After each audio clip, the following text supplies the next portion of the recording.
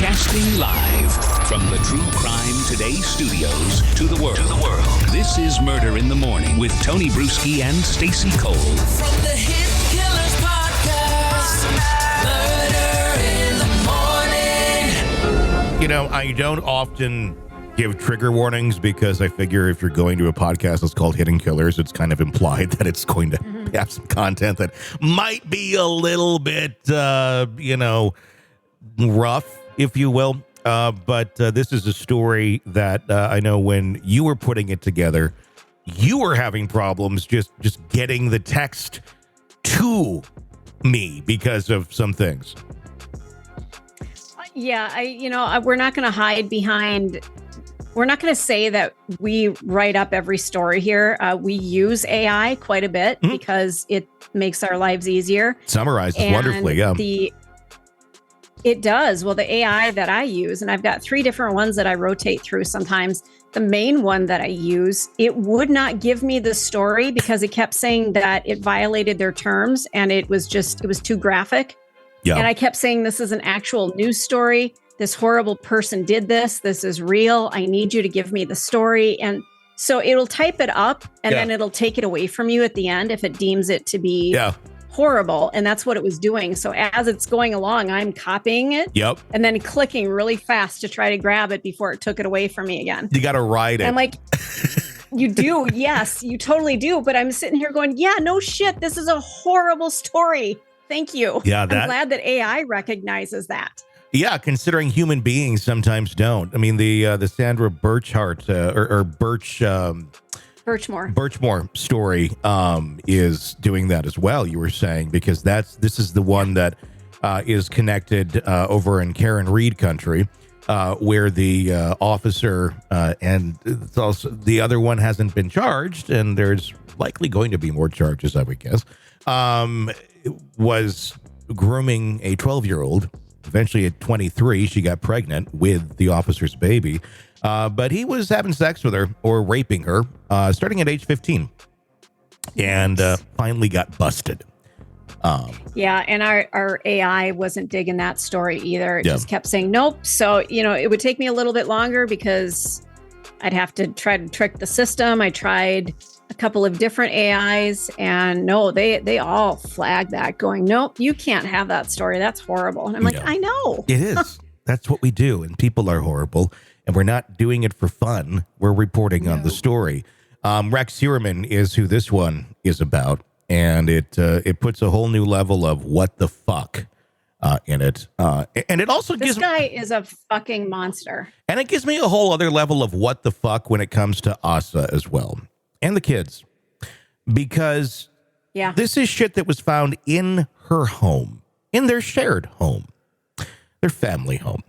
And I'm sorry, even if he didn't do any of these things, like let's say he was never arrested. Let's just say she found a fucking book, this book that we're about to talk about, or this document in the house. And let's say it was just this weird fucked up fantasy or something, but never actually went out. I think that'd be enough to get the fuck away from this person for the rest of your life, not sit there and stand by her man. There's something seriously wrong with her if she's going to continue to be by this human being and stand behind this human being. Fuck till death do us part in good times and bad. There's nothing in those fucking vows about, and if you're a sadistic serial killer that likes to keep your victims alive to inflict pain, that's not in those fucking wedding vows. Well, and honestly, the only person that I could maybe excuse such a thing would be like Stephen King. Like my husband is this horror writer and he writes but even then I might kind of look at him and go, what is in your head? I'd be like, well, what book is this a part of? If it's part of an actual book, okay. If it's just like for fun, no. Yeah, I agree. Rex Heuermann, of course, the alleged Gilgo Beach serial killer, reportedly kept his victims alive to inflict pain and torture them, according to crime experts and investigators. It's getting a lot like BTK. Heuermann, who's 60, faces murder charges in connection with the deaths of 6 women spanning from the early 1990s to 2011. Initially, he was charged with the killings of the Gilgo Four, Maureen Brainard-Barnes, Melissa Barthelemy, Megan Waterman, and Amber Lynn Costello, whose bodies were discovered near Gilgo Beach on Long Island in 2010. In June, Heuermann was charged with additional counts of murder for Jessica Taylor and Sandra Costilla, a recent discovered planning document, described by the prosecutors as a blueprint, outlines details about torture, captivity, noise control, and, quote, playtime. Oh, God. This is where it reminds me a lot of BTK. Suffolk County District Attorney Ray Tierney commented on the significance of the document, saying, "That speaks for itself." During a press conference in June, Tierney further explained the disturbing implications of, quote, playtime, telling reporters, "We allege that the more rest the participants have, the more you get done," it says. "The more rested the participants are, the more you can get done." This document, which was deleted in 2002 but later recovered from a device found in Heuermann's Massapequa Park home, is central to the case against him. According to Tierney, the remains of Taylor and Costilla showed evidence of severe torture. Taylor's body was dismembered, while Costilla's showed signs of mutilation. Prosecutors have also suggested a possible 4-day period during which Taylor may have been held captive, based on the last known contact with her family and surveillance of a pickup truck near the location where her body eventually was discovered. The planning document's content also included references to using push pins to hang drop claws from the ceiling, not tape, and mentions a hard point, quote unquote, which prosecutors interpret as a reference to a fixed attachment on a ceiling for suspension bondage. Joseph Giacalone, a retired NYPD detective, sergeant and professor at John Jay College of Criminal Justice, described the document as frightening in a report by Newsday. "Just from reading the manifesto document, this is the most sadistic thing around, keeping people alive to torture them. The torture these victims had to go through just compounds things for their families," he said. Former FBI profiler Greg McCary echoed those sentiments, noting the more interaction they can have is the payoff for them. They want to keep them alive as long as they can reasonably. Killing is what they have to do at the end to not be discovered. However, Heuermann's attorney, Michael J. Brown, downplayed the significance of the document at a press conference in July. Quote, "It all goes to the narrative," Brown said. "It's any piece of the puzzle that they can take and they can fit, and they can argue that it's Rex Heuermann. They've done it. The things that don't work for you, you don't hear about that." Well, what are we not hearing about? The fact that this was found on his fucking computer? Who else did it? Did he have a buddy that was doing all this and just happened to be using his computer and hiding fucking weird shit in his basement? And I don't think so. I think you have a lot of answering to do when you're an architect and these things are found. Like I said, if you're a creative spirit, maybe you're an artist and you just have these weird things, you're really into death symbolism or, it's kind of sadistic things. I can get behind that because a creative spirit goes in places that the average person doesn't. And sometimes I can be that way. I'm not like that, but I can dismiss, don't laugh. I can dismiss a few things, but this guy's an architect. These are very analytical people. They're creative, but not in a fantasy type way. No. Everything that they do is data-based. Yeah, it's engineered is what it is. Exactly. It's very meticulous. There's no room for going outside the lines. Everything is within a box. And this little book that he had was very meticulous. It almost fits that description that he has to have everything spelled out and every data point has to be accessible and just it's so fucking creepy. It kind of gives me nightmares. I read about this yesterday and I thought about it in the middle of the night when I woke up. I'm like, there are creeps out here like this. Yeah. We've got one in jail now, but how many more are there? Well, why do you need a document? Why would you need to write this shit down? You're the one that's going to do it. Like, do you literally look at... he's that analytical, Tony. Like, you can't remember your fucking ideas? I mean, I think that's part of the process is he needs to see 1, 2, and 3. He needs to see that process. Yeah. Fucking weird. That's part of the thrill is I did this. Now I'm moving to this. Yeah. And I'm no psychologist, but to me, that seems like part of the whole thing. Yeah. Like a checklist. The planning document also mentions the book Mindhunter, written by FBI profiler John Douglas, which I hope to God they fucking revive that show, because that was a great one. That was one of the dumbest ones they've ever canceled because it was so good. A detail that Brown dismissed as I can never fucking say this word.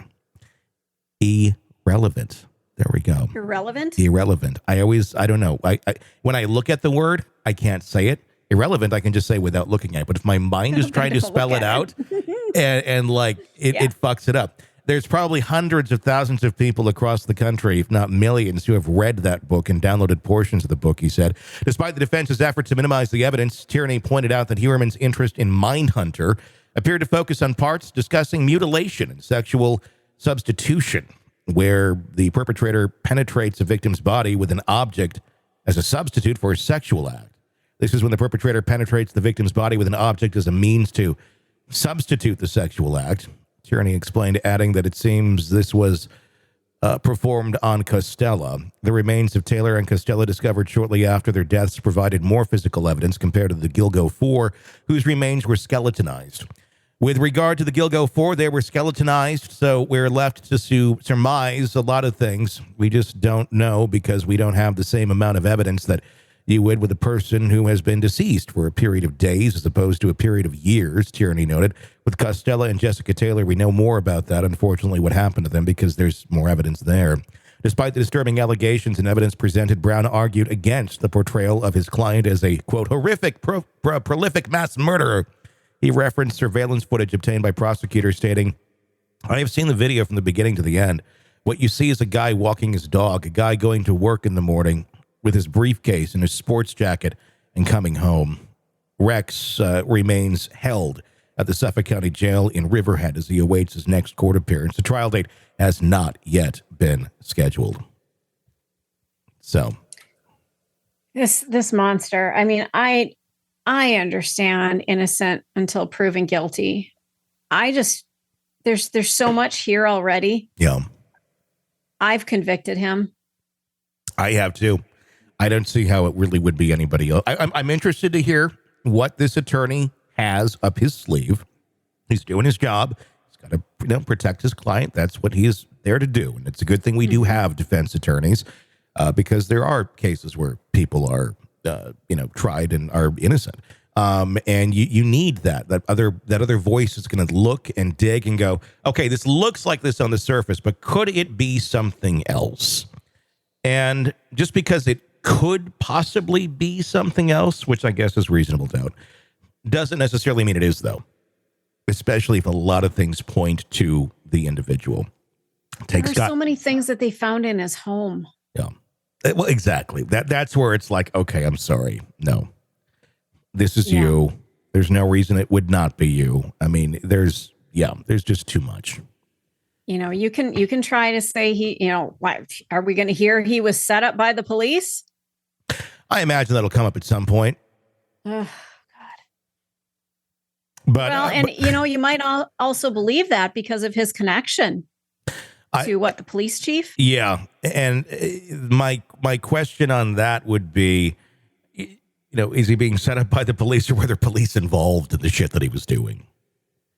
Well, that's an even scarier thing. Because I think that we have a lot of evidence that points to the former chief, who's gone now, as being involved in this world. And I'm not saying he necessarily was killing people and sadistically torturing them, but I think they ran in the same circles of sex workers and all of that. So it wouldn't be surprising if they, at some point in time, I don't want to make any horrible reference here. At some point in time, we're near each other, or may have been at something, a party, perhaps. I mean, there's already been accusations of that from some of the victims' families and such, and from the attorney Ray of some of them. It just makes you want to run and lock the doors and pull the shades. Yeah, completely. It's nothing you want to accept exists in this world. But, surprise, it does. All right, true crime addicts, let's cut the crap. You're knee-deep in the gory details of your favorite podcast when suddenly a commercial hits like a bad meal. Seriously? You deserve better. Upgrade to True Crime Today Premium Plus on Apple Podcasts, where you can binge without those annoying ads. Plus, get extended interviews that go deeper into the darkness and early access to episodes so you can be the first to know. It's like trading up from fast food to fine dining, but with more blood. So, go ahead, search for True Crime Today Premium Plus on Apple Podcasts, subscribe, and feast on the good stuff.